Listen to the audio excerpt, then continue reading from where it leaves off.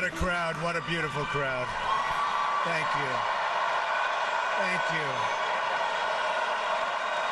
Wow. That's a lot of people, Phoenix. That's a lot of people. Thank you very much. Thank you.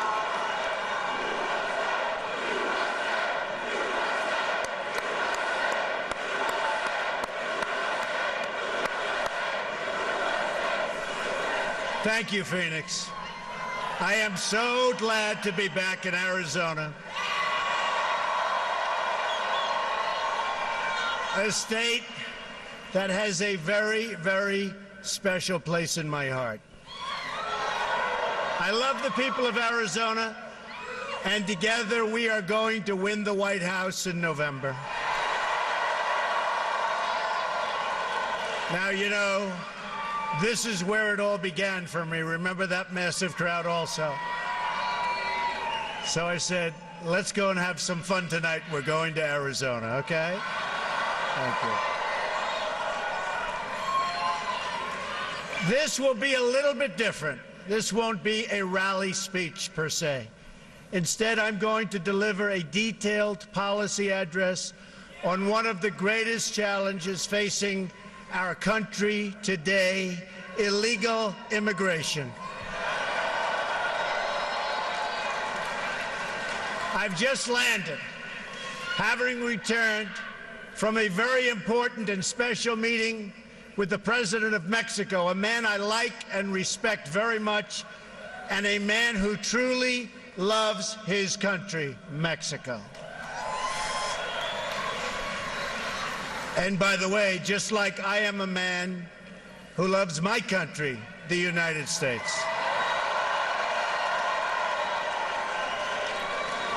We agreed on the importance of ending the illegal flow of drugs, cash, guns, and people across our border, and to put the cartels out of business.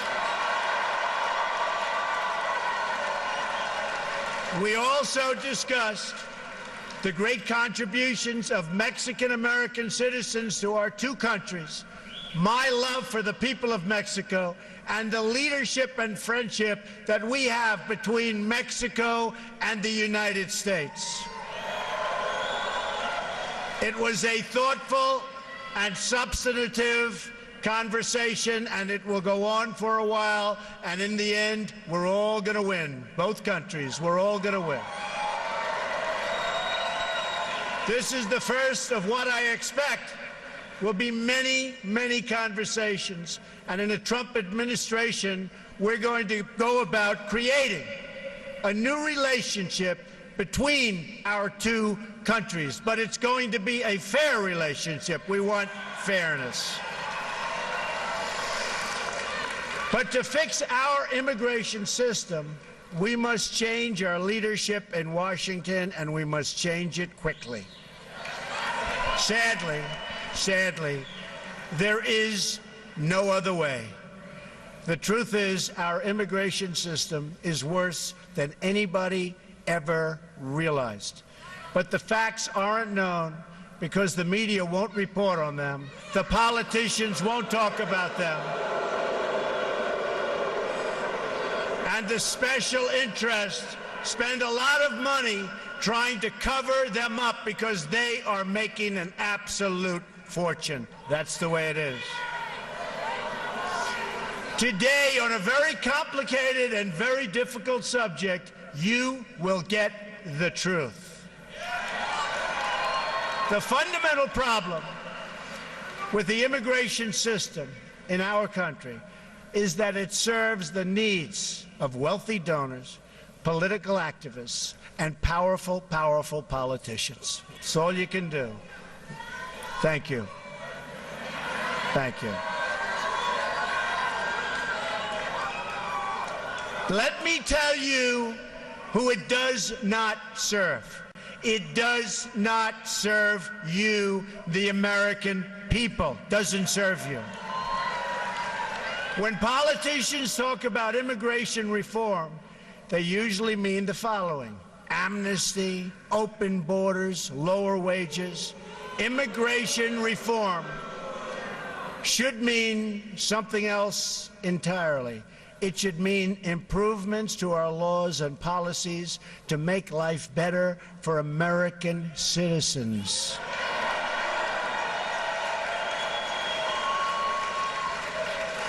Thank you.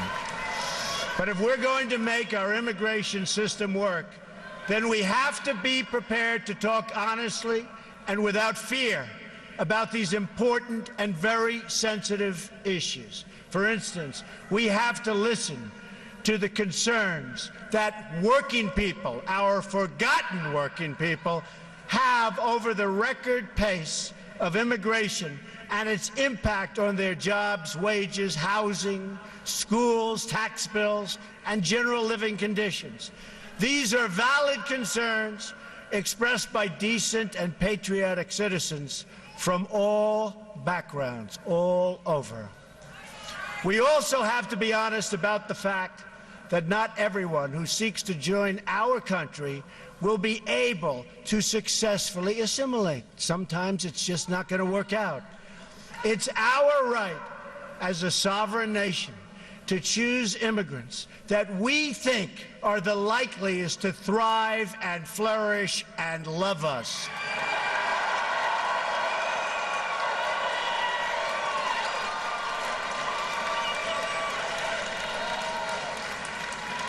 Then there is the issue of security. Countless innocent American lives have been stolen because our politicians have failed in their duty to secure our borders and enforce our laws like they have to be enforced.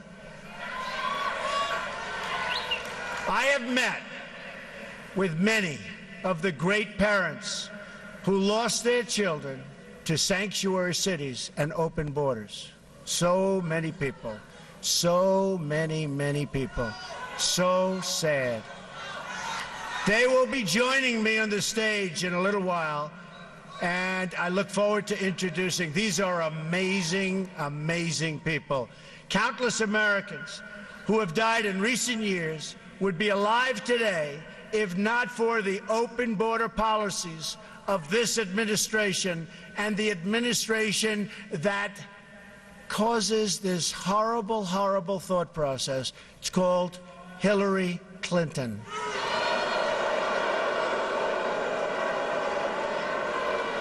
This includes incredible Americans like 21-year-old Sarah Root. The man who killed her arrived at the border, entered federal custody, and then was released into the U.S., think of it, into the U.S. community under the policies of the White House, Barack Obama and Hillary Clinton. Weak policies. Weak and foolish policies. He was released again after the crime, and now he's out there at large. Sarah had graduated from college with a 4.0, top student in her class, one day before her death. Also among the victims of the Obama-Clinton open border policy was Grant Rohnbeck, a 21-year-old convenience store clerk and a really good guy from Mesa, Arizona. A lot of you have known about Grant. He was murdered by an illegal immigrant gang member previously convicted of burglary, who had also been released from federal custody, and they knew it was going to happen again. Another victim is Kate Steinle, gunned down in the sanctuary city of San Francisco by an illegal immigrant deported 5 previous times, and they knew he was no good. Then there is the case of 90-year-old Earl Olander, who was brutally beaten and left to bleed to death in his home, 90 years old and defenseless. The perpetrators were illegal immigrants with criminal records a mile long who did not meet Obama administration standards for removal. And they knew it was going to happen. In California, a 64-year-old Air Force veteran, a great woman according to everybody that knew her, Marilyn Ferris, was sexually assaulted and beaten to death with a hammer. Her killer had been arrested on multiple occasions, but was never, ever deported, despite the fact that everybody wanted him out. A 2011 report from the Government Accountability Office found that illegal immigrants and other non-citizens in our prisons and jails together had around 25,000 homicide arrests to their names. 25,000. On top of that, illegal immigration costs our country more than $113 billion a year. And this is what we get. For the money we are going to spend on illegal immigration over the next 10 years, we could provide 1 million at-risk students with a school voucher, which so many people are wanting. While there are many illegal immigrants in our country who are good people, many, this doesn't change the fact that most illegal immigrants are lower-skilled workers with less education who compete directly against vulnerable American workers, and that these illegal workers draw much more out from the system than they can ever possibly pay back. And they're hurting a lot of our people that cannot get jobs under any circumstances. But these facts are never reported. Instead, the media and my opponent discuss one thing and only one thing: the needs of people living here illegally. In many cases, by the way, they're treated better than our vets.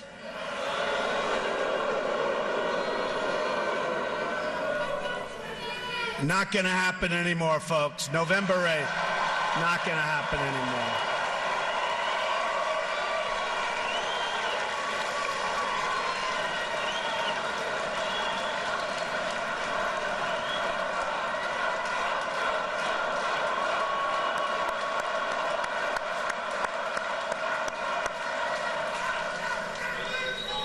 The truth is, the central issue is not the needs of the 11 million illegal immigrants, or however many there may be. And honestly, we've been hearing that number for years. It's always 11 million.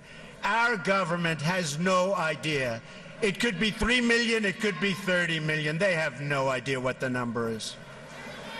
Frankly, our government has no idea what they're doing on many, many fronts, folks.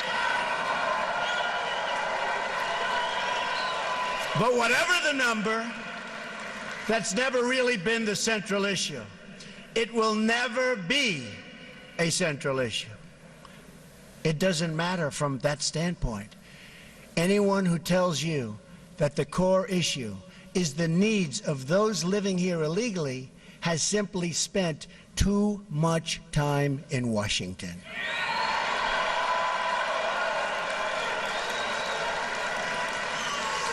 Only the out-of-touch media elites think the biggest problem facing American society, and you know this, this is what they talk about, facing American society today, is that there are 11 million illegal immigrants who don't have legal status. And they also think the biggest thing, and you know this, is not nuclear, it's not ISIS, it's not Russia, it's not China, it's global warming.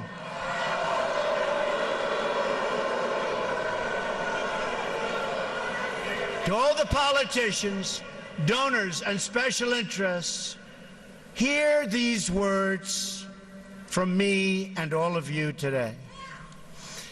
There is only one core issue in the immigration debate, And that issue is the well-being of the American people.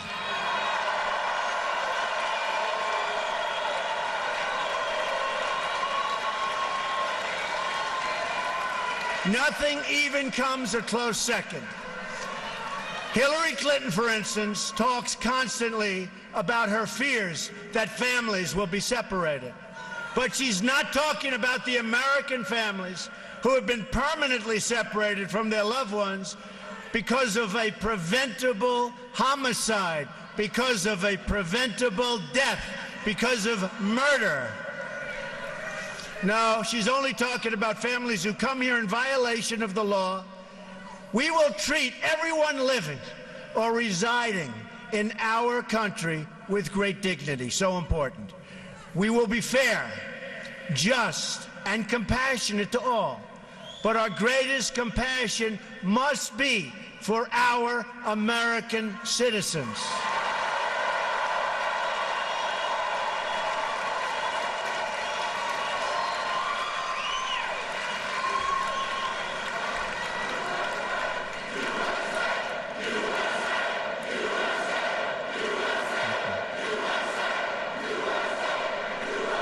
Thank you. President Obama and Hillary Clinton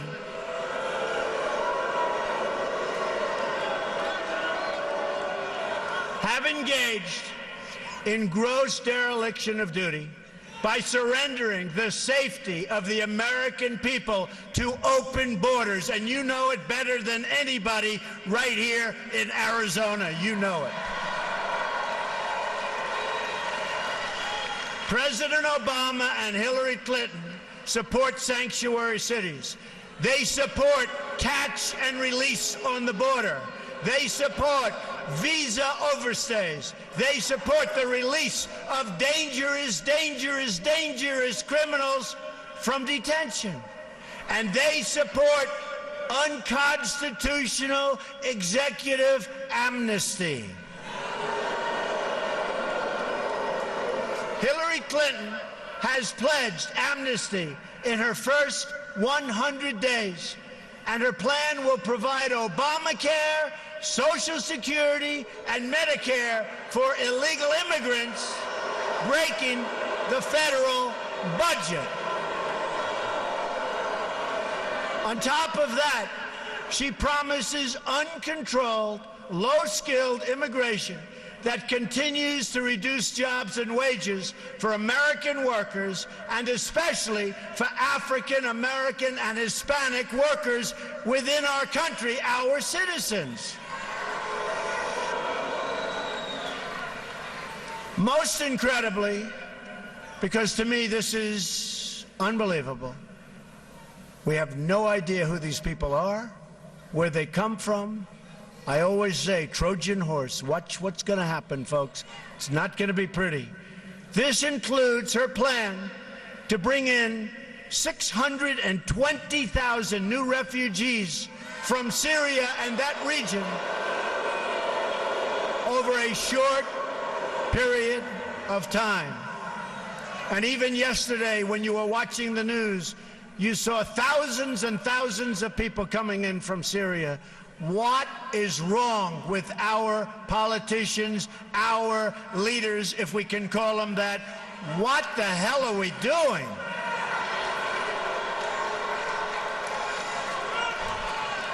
Hard to believe, hard to believe.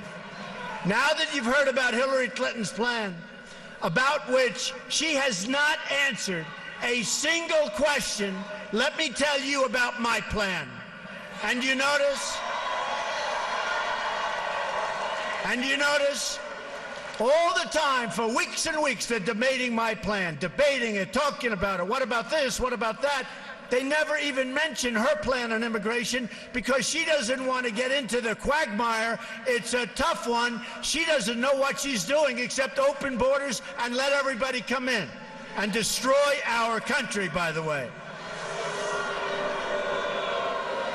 While Hillary Clinton meets only with donors and lobbyists, my plan was crafted with the input from federal immigration officers, very great people, among the top immigration experts anywhere in this country who represent workers, not corporations. Very important to us. I also worked with lawmakers who've led on this issue on behalf of American citizens for many years. And most importantly, I've met with the people directly impacted by these policies. So important. Number one, are you ready? Are you ready? We will build a great wall along the southern border.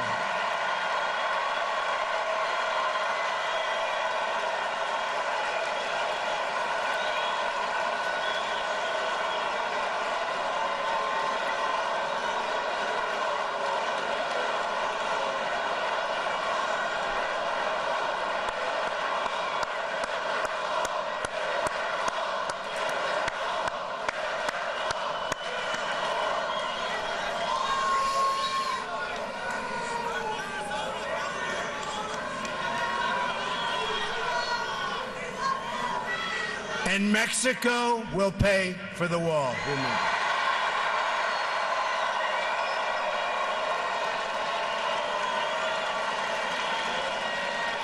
$100%.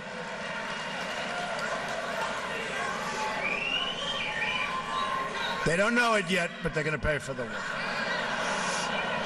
And they're great people and great leaders, but they're going to pay for the wall. On day one, we will begin working on an impenetrable, physical, tall, powerful, beautiful southern border wall. We will use the best technology, including above and below ground sensors, that's the tunnels. Remember that, above and below. Above and below ground sensors, towers, aerial surveillance, and manpower to supplement the wall, find and dislocate tunnels, and keep out criminal cartels. And Mexico, you know that, will work with us. I really believe it. Mexico will work with us. I absolutely believe it. And especially after meeting with their wonderful, wonderful president today, I really believe they want to solve this problem along with us, and I'm sure they will. Number two, we are going to end catch and release. We catch up? Oh, go ahead. We catch up? Go ahead. Under my administration, anyone who illegally crosses the border will be detained until they are removed out of our country and back to the country from which they came.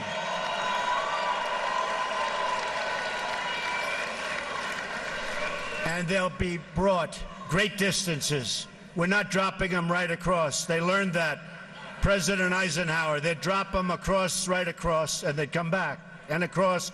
Then when they flew them to a long distance, all of a sudden, that was the end. We will take them great distances, but we will take them to the country where they came from, okay? Number three,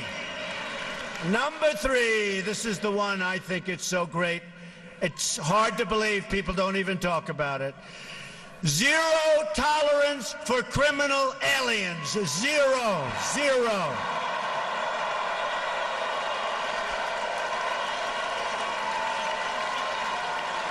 Zero. They don't come in here. They don't come in here. According to federal data, there are at least 2 million, think of it, criminal aliens now inside of our country. 2 million people, criminal aliens. We will begin moving them out day one, as soon as I take office, day one, in joint operation with local, state, and federal law enforcement. Now, just so you understand, the police, who we all respect. Say hello to the police. Boy, they don't get the credit they deserve, I can tell you. They're great people. But the police and law enforcement, they know who these people are. They live with these people. They get mocked by these people. They can't do anything about these people, and they want to. They know who these people are. Day one, my first hour in office, those people are gone.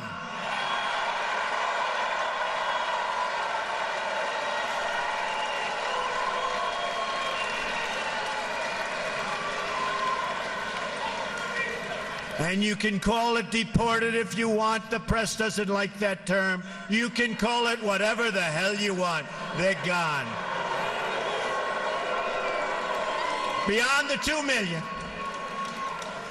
And there are vast numbers of additional criminal, illegal immigrants who have fled. But their days have run out in this country. The crime will stop. They're going to be gone. It will be over. They're going out fast. Moving forward, we will issue detainers for illegal immigrants who are arrested for any crime whatsoever, and they will be placed into immediate removal proceedings if we even have to do that. We will terminate the Obama administration's deadly, and it is deadly, non-enforcement policies that allow thousands of criminal aliens to freely roam our streets, walk around, do whatever they want to do, crime all over the place. That's over. That's over, folks. That's over. Since 2013 alone, the Obama administration has allowed 300,000 criminal aliens to return back into United States communities. These are individuals encountered or identified by ICE, but who were not detained or processed for deportation, because it wouldn't have been politically correct.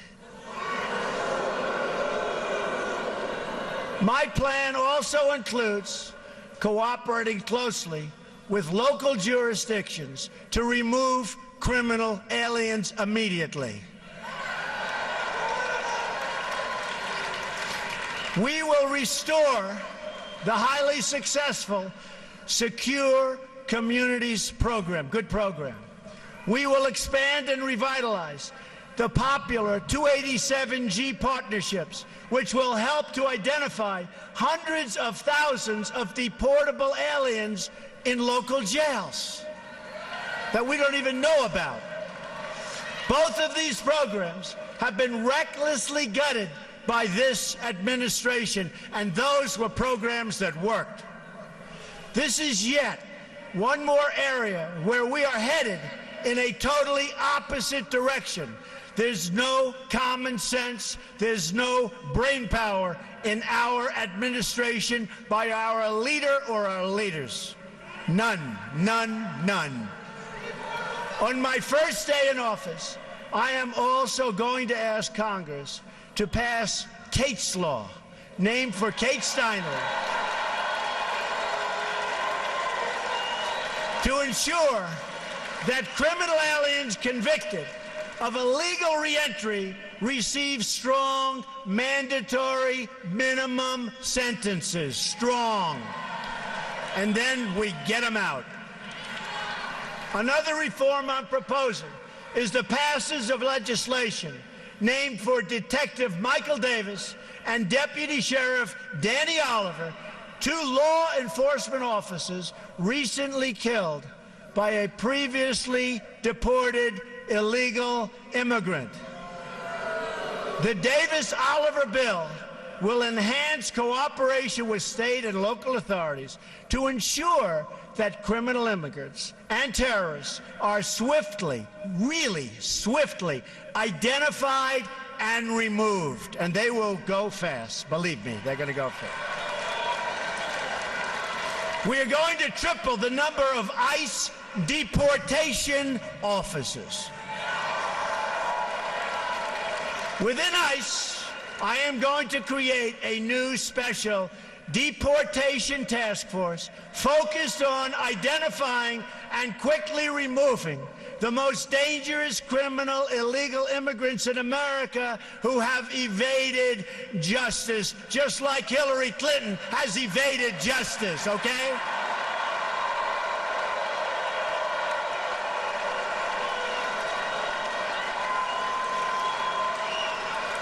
Maybe they'll be able to deport her.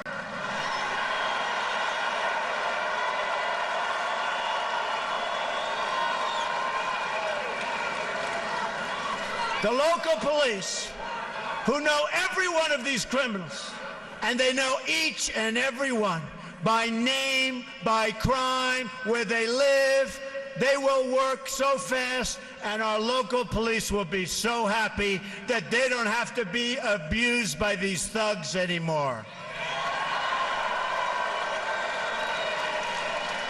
There's no great mystery to it. They've put up with it for years. And now, finally, we will turn the tables, and law enforcement and our police will be allowed to clear up this dangerous and threatening mess. We're also going to hire 5,000 more Border Patrol agents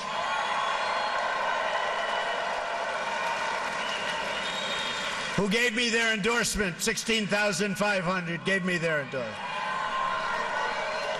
And put more of them on the border instead of behind desks, which is good.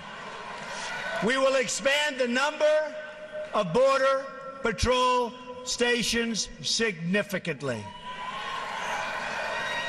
I've had a chance to spend time with these incredible law enforcement officers, and I want to take a moment to thank them. What they do is incredible.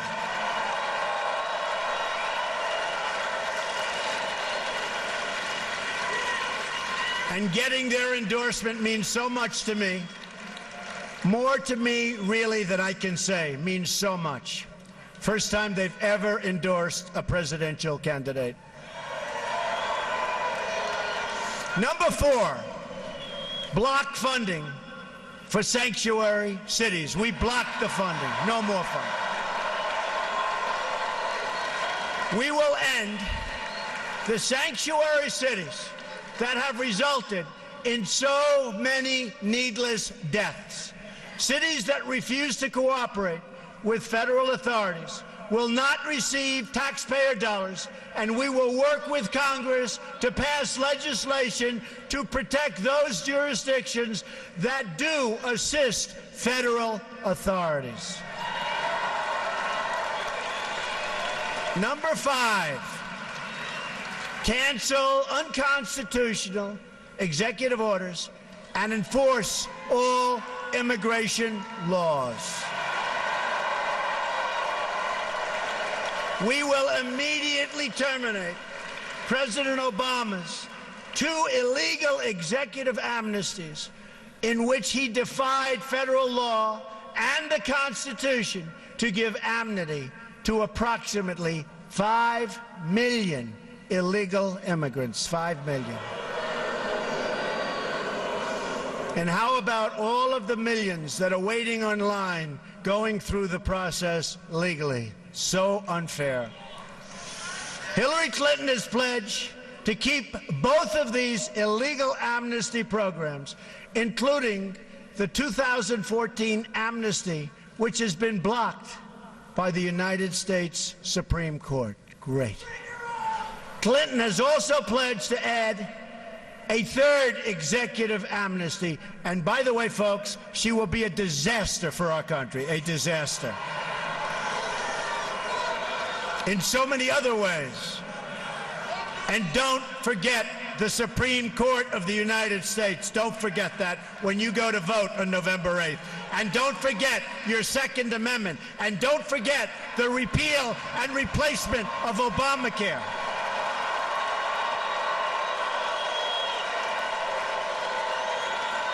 And don't forget building up our depleted military. And don't forget taking care of our vets. Don't forget our vets. They have been forgotten.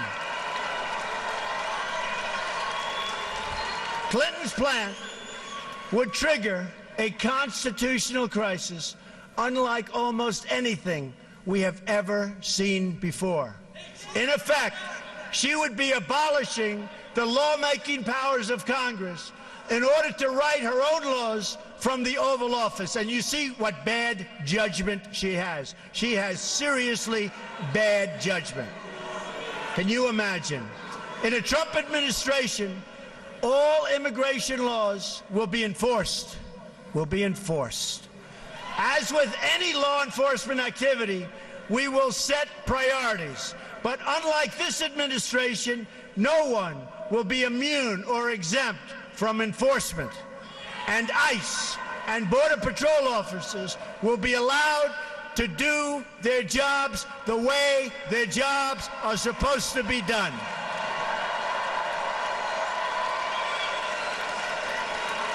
Anyone who has entered the United States illegally is subject to deportation. That is what it means to have laws and to have a country. Otherwise, we don't have a country. Our enforcement priorities will include removing criminals, gang members, security threats, visa overstays, public charges, that is, those relying on public welfare or straining the safety net, along with millions of recent illegal arrivals and overstays who've come here under this current corrupt administration. Number 6, we are going to suspend the issuance of visas to any place where adequate screening cannot occur. According to data provided by the Senate Subcommittee on Immigration and the National Interest, between 9/11 and the end of 2014, at least 380 foreign-born individuals were convicted in terror cases inside the United States. And even right now, the largest number of people are under investigation for exactly this that we've ever had in the history of our country. Our country is a mess. We don't even know what to look for anymore, folks. Our country has to straighten out, and we have to straighten out fast. The number is likely higher, but the administration refuses to provide this information even to Congress. As soon as I enter office, I am going to ask the Department of State, which has been brutalized by Hillary Clinton, brutalized, Homeland Security, and the Department of Justice to begin a comprehensive review of these cases in order to develop a list of regions and countries from which immigration must be suspended until proven and effective vetting mechanisms can be put in place. I call it extreme vetting, right? Extreme vetting. I want extreme. It's going to be so tough. And if somebody comes in, that's fine, but they're going to be good. It's extreme. And if people don't like it, we got to have a country, folks. Got to have a country. Countries from which immigration will be suspended would include places like Syria and Libya.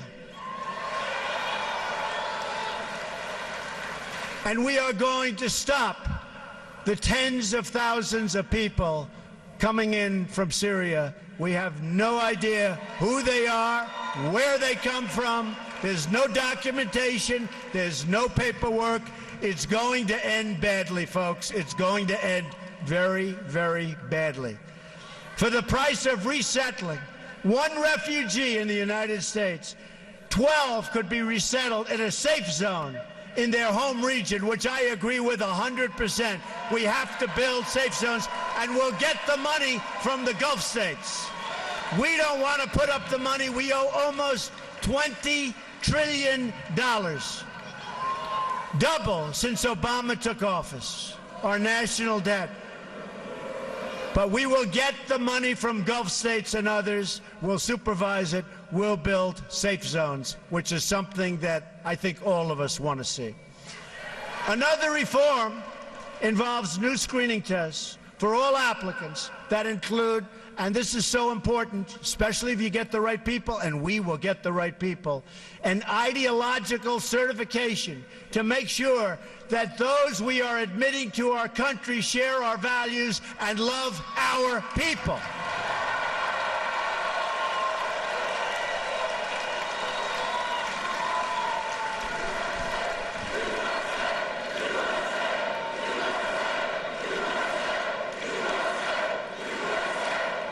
Thank you. We're very proud of our country, aren't we? Really? With all it's going through, we're very proud of our country. For instance, in the last 5 years, we've admitted nearly 100,000 immigrants from Iraq and Afghanistan. In these two countries, according to Pew Research, a majority of residents say that the barbaric practice of honor killings against women are often or sometimes justified. That's what they say. That's what they say. They're justified, right? And we're admitting them to our country.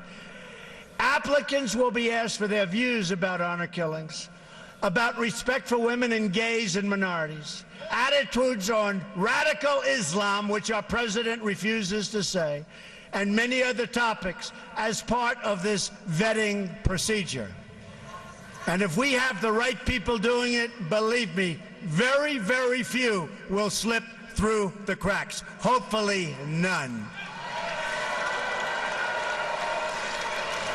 Number 7, we will ensure that other countries take their people back when we order them deported. There are at least 23 countries that refuse to take their people back after they've been ordered to leave the United States, including large numbers of violent criminals. They won't take them back, so we say, okay, we'll keep them. Not going to happen with me, folks. Not going to happen with me.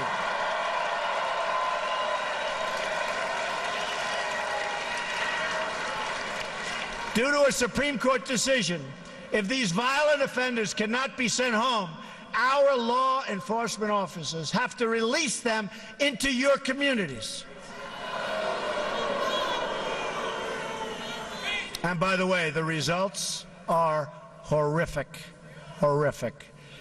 There are often terrible consequences, such as Casey Chadwick's tragic death in Connecticut just last year.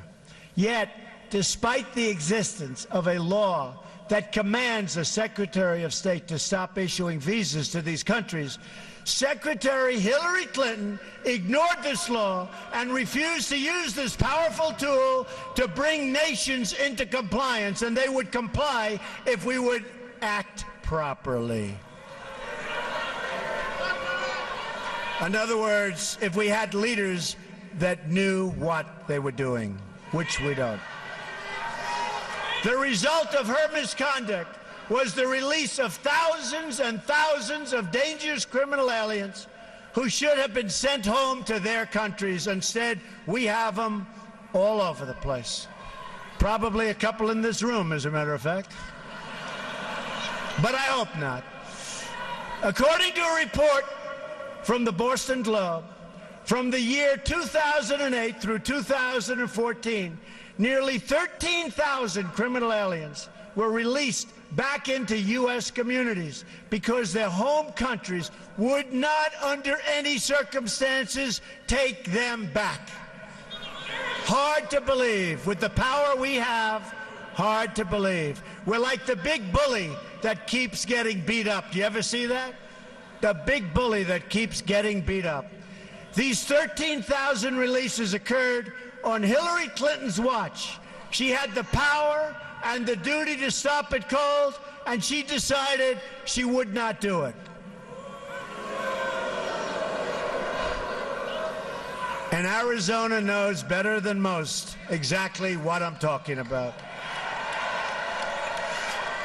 Those released include individuals convicted of killings, sexual assaults, and some of the most heinous crimes imaginable.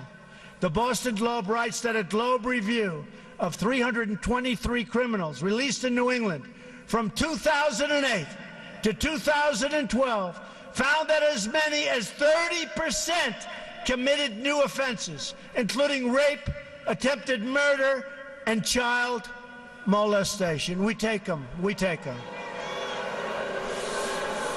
Number 8, we will finally complete the biometric entry-exit visa tracking system, which we need desperately. For years, Congress has required biometric entry-exit visa tracking systems, but it has never been completed. The politicians are all talk, no action, never happens, never happens. Hillary Clinton, all talk. Unfortunately, when there is action, it's always the wrong decision. Do you ever notice? In my administration, we will ensure that this system is in place. And I will tell you, it will be on land, it will be on sea, it will be in air. We will have a proper tracking system. Approximately half of new illegal immigrants came on temporary visas and then never, ever left. Why should they? Nobody's telling them to leave. Stay as long as you want. We'll take care of you. Beyond violating our laws, visa overstays pose, and they really are a big problem, pose a substantial threat to national security. The 9/11 Commission said that this tracking system should be a high priority and would have assisted law enforcement and intelligence officials in August and September 2001 in conducting a search for 2 of the 9/11 hijackers that were in the United States on expired visas. And you know what that would have meant. What that could have meant. Wouldn't that have been wonderful, right? What that could have meant. Last year alone, nearly 500,000 individuals overstayed their temporary visas. Removing visa overstays will be a top priority of my administration. If people around the world believe they can just come on a temporary visa and never, ever leave, the Obama-Clinton policy, that's what it is, then we have a completely open border and we no longer have a country. We must send a message that visa expiration dates will be strongly enforced. Number 9, we will turn off the jobs and benefits magnet. We will ensure that E-Verify is used to the fullest extent possible under existing law, and we will work with Congress to strengthen and expand its use across the country. Immigration law doesn't exist for the purpose of keeping criminals out. It exists to protect all aspects of American life: the work site, the welfare office, the education system, and everything else. That is why immigration limits are established in the first place. If we only enforce the laws against crime, then we have an open border to the entire world. We will enforce all of our immigration laws.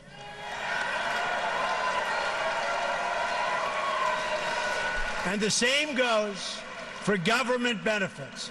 The Center for Immigration Studies estimates that 62% of households headed by illegal immigrants use some form of cash or non-cash welfare programs like food stamps or housing assistance. Tremendous costs, by the way, to our country, tremendous costs. This directly violates the federal public charge law designed to protect the United States Treasury. Those who abuse our welfare system will be priorities for immediate removal.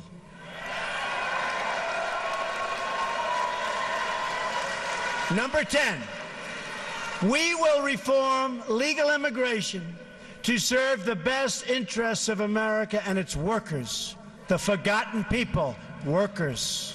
We're going to take care of our workers. And by the way,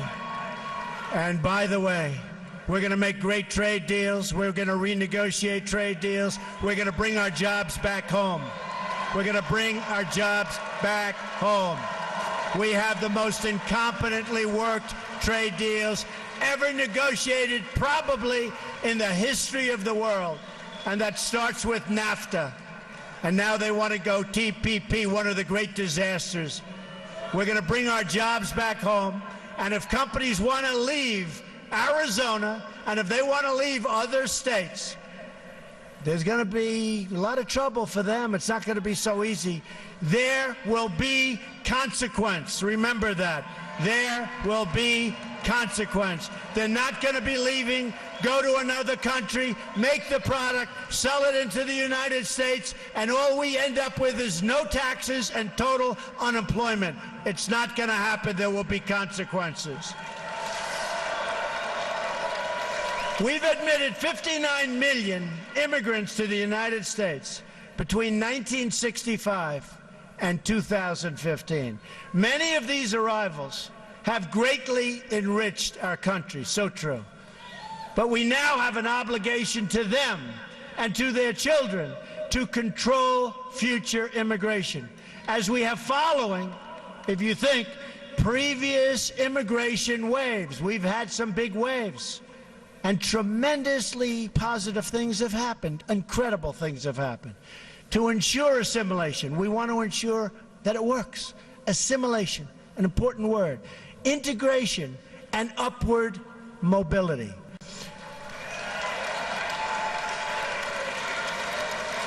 Within just a few years, immigration as a share of national population is set to break all historical records.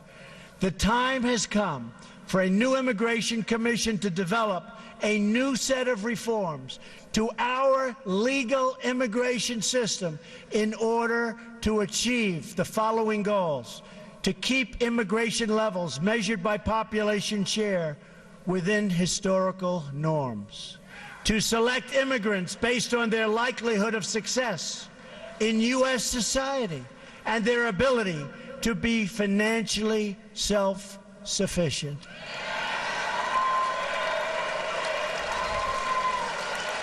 We take anybody. Come on in, anybody. Just come on in. Not anymore. You know, folks, it's called a two-way street. It is a two-way street, right?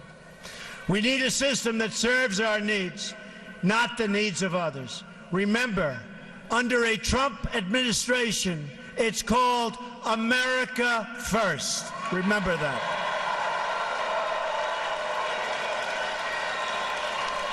To choose immigrants based on merit, skill, and proficiency. Doesn't that sound nice? And to establish new immigration controls, to boost wages, and to ensure that open jobs are offered to American workers first, and that, in particular, African American and Latino workers who are being shut out in this process so unfairly.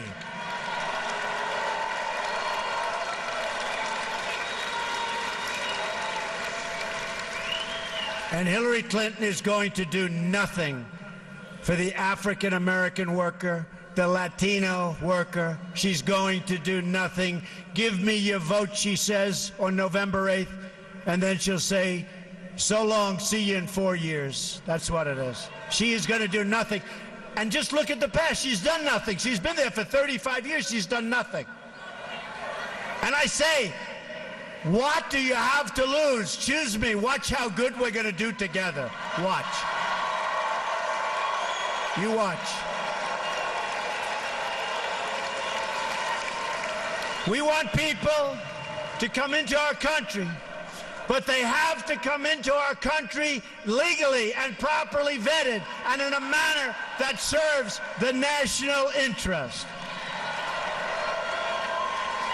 We've been living under outdated immigration rules from decades ago. They're decades and decades old. To avoid this happening in the future, I believe we should sunset our visa laws so that Congress is forced to periodically revise and revisit them to bring them up to date. They're archaic, they're ancient. We wouldn't put our entire federal budget on autopilot for decades, so why should we do the same for the very, very complex subject of immigration? So let's now talk about the big picture. These 10 steps, if rigorously followed and enforced, will accomplish more in a matter of months than our politicians have accomplished on this issue in the last 50 years. That's what's going to happen, folks. Because I am proudly not a politician, because I am not beholden to any special interest, I've spent a lot of money on my campaign, I'll tell you. I write those checks. Nobody owns Trump. I will get this done for you and for your family. We'll do it right. You'll be proud of our country again. We'll do it right. We will accomplish all of the steps outlined above. And when we do, peace and law and justice and prosperity will prevail. Crime will go down. Border crossings will plummet. Gangs will disappear, and the gangs are all over the place. And welfare use will decrease. We will have a peace dividend to spend on rebuilding America, beginning with our American inner cities. We're going to rebuild them for once and for all. For those here illegally today who are seeking legal status, they will have one route and one route only: to return home and apply for re-entry like everybody else under the rules of the new legal immigration system that I have outlined above. Those who have left to seek entry, thank you.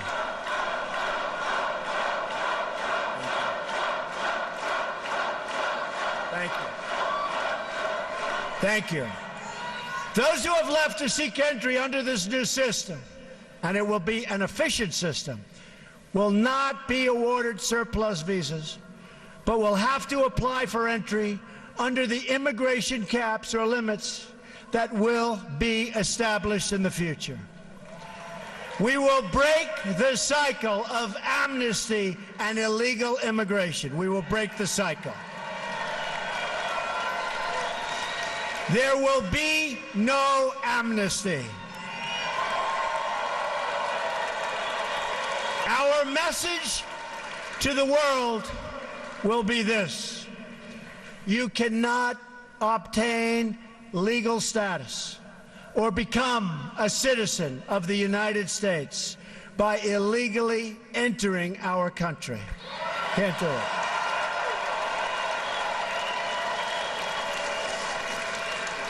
This declaration alone will help stop the crisis of illegal crossings and illegal overstays, very importantly. People will know that you can't just smuggle in, hunker down, and wait to be legalized. Not going to work that way. Those days are over.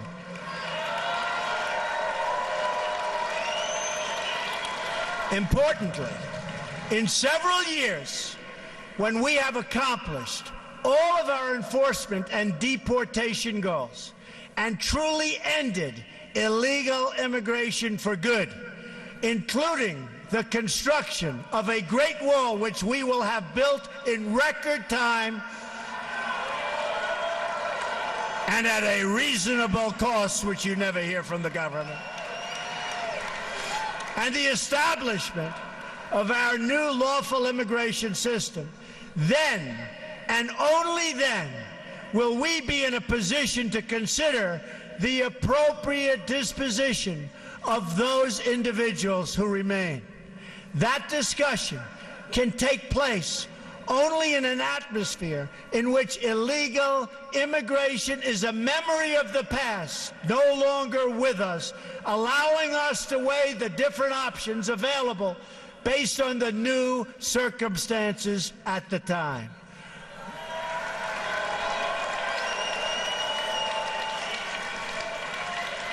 Right now, however, we are in the middle of a jobs crisis, a border crisis, and a terrorism crisis like never before.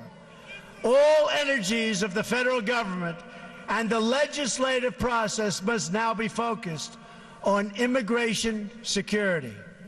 That is the only conversation we should be having at this time. Immigration security, cut it off. Whether it's dangerous materials being smuggled across the border, terrorists entering on visas, or Americans losing their jobs to foreign workers.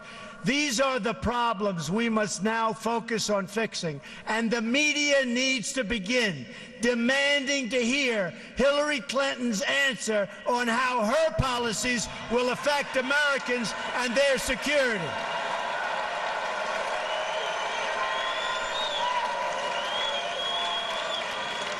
These are matters of life and death for our country and its people, and we deserve answers from Hillary Clinton.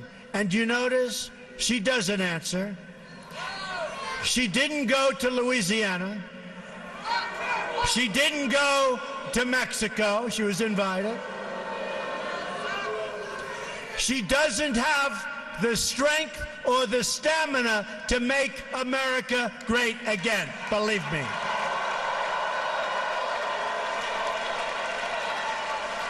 What we do know, despite the lack of media curiosity, is that Hillary Clinton promises a radical amnesty combined with a radical reduction in immigration enforcement. Just ask the Border Patrol about Hillary Clinton. You won't like what you're hearing. The result will be millions more illegal immigrants, thousands of more violent, horrible crimes, and total chaos and lawlessness. That's what's going to happen as sure as you're standing there. This election, and I believe this, is our last chance to secure the border, stop illegal immigration, and reform our laws to make your life better. I really believe this is it. This is our last time. November 8th. November 8th. You got to get out and vote on November 8th. It's our last chance. It's our last chance. And that includes Supreme Court justices and Second Amendment. Remember that. So I want to remind everyone what we're fighting for and who we are fighting for. I am going to ask, these are really special people that I've gotten to know. I'm going to ask all of the angel moms to come join me on the stage right now. These are amazing women.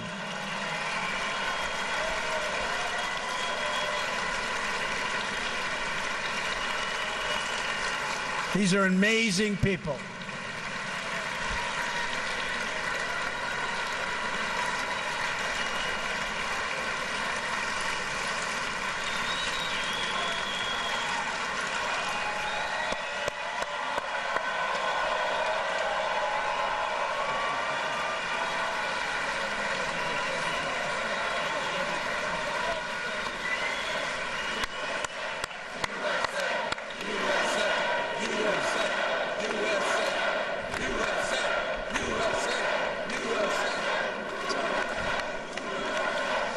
I've become friends with so many, but Jameel Shaw, incredible guy, lost his son so violently.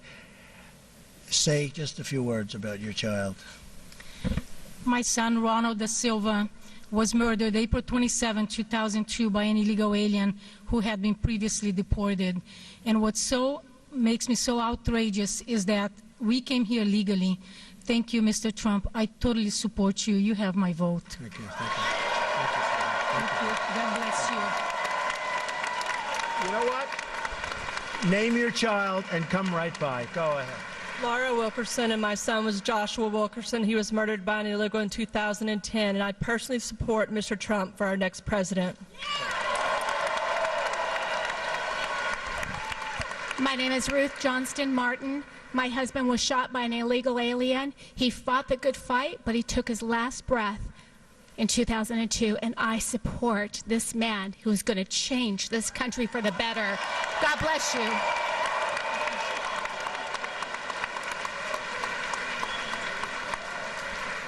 My name is Maureen Maloney, and our son Matthew Denise was 23 years old when he was dragged a quarter of a mile to his death by an illegal alien, while horrified witnesses were banging on the truck trying to stop him.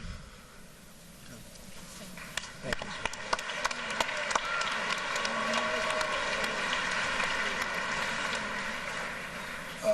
Our son Matthew Denise, if Donald Trump were president in 2011, our son Matthew Denise and other Americans would be alive today.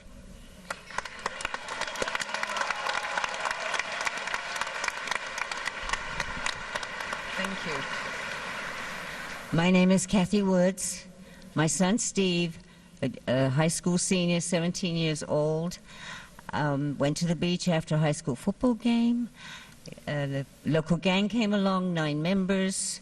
The cars were battered to like war in Beirut, and all I can say is they murdered him, and if Mr. Trump had been in office then, the border would have been secure and our children would not be dead today.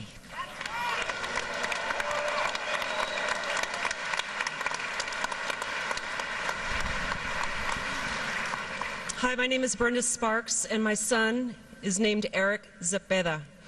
He was raised by a legal immigrant from Honduras, only to be murdered by an illegal in 2011. His murderer never did a second in handcuffs or jail. Got away with killing an American. So I'm voting for Trump. And by the way, so is my mother.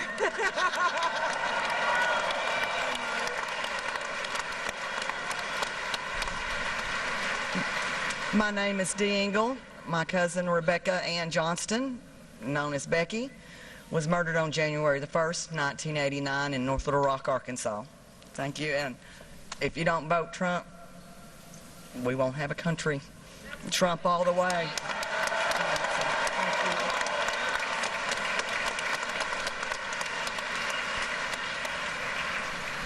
I'm Shannon Estes, and my daughter Shaylee Estes, 22 years old, was murdered here in Phoenix last July 24th by a Russian who overstayed his visa. And vote Trump.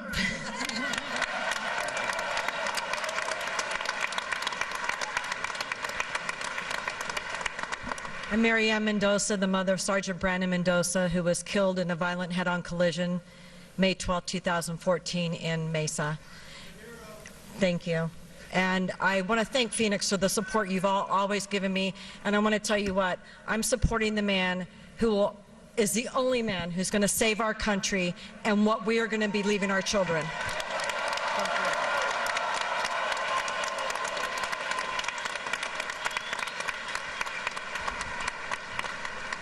I'm Steve Ronnebeck, father of Grant Ronnebeck, 21 years old, killed January 22nd, 2015 by an illegal immigrant who shot him in the face. I truly believe that Mr. Trump is going to change things. He's going to fight for my family, and he's going to fight for America.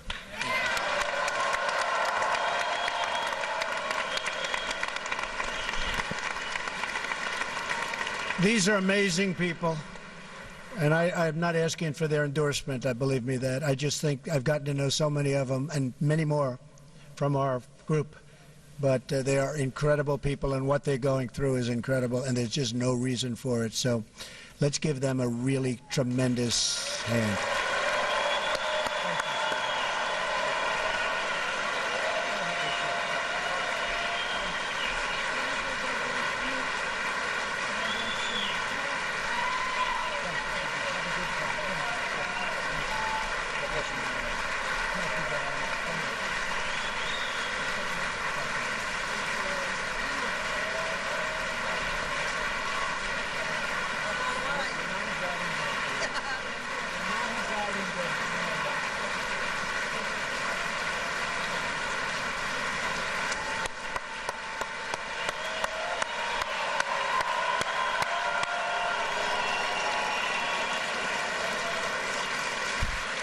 That's tough stuff, I will tell you. That is tough stuff. Incredible people. So now is the time for these voices to be heard. Now is the time for the media to begin asking questions on their behalf. Now is the time for all of us as one country, Democrat, Republican, liberal, conservative, to band together to deliver justice and safety and security for all Americans. Let's fix this horrible, horrible problem. It can be fixed quickly. Let's secure our border. Let's stop the drugs and the crime from pouring into our country. Let's protect our Social Security and Medicare. Let's get unemployed Americans off the welfare and back to work in their own country. This has been an incredible evening. We're going to remember this evening. November 8th, we have to get everybody, this is such an important state. November 8th, we have to get everybody to go out and vote. We're going to bring, thank you, thank you. We're going to take our country back, folks. This is a movement. We're going to take our country back. Thank you.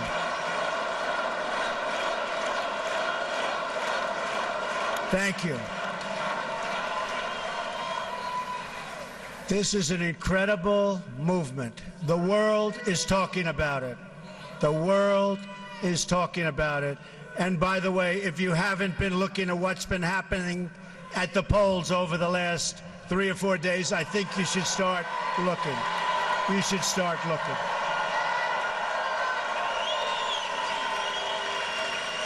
Together we can save American lives, American jobs, and American futures. Together, we can save America itself. Join me in this mission. We're going to make America great again. Thank you. I love you. Thank you. God bless you, everybody. God bless you. God bless you.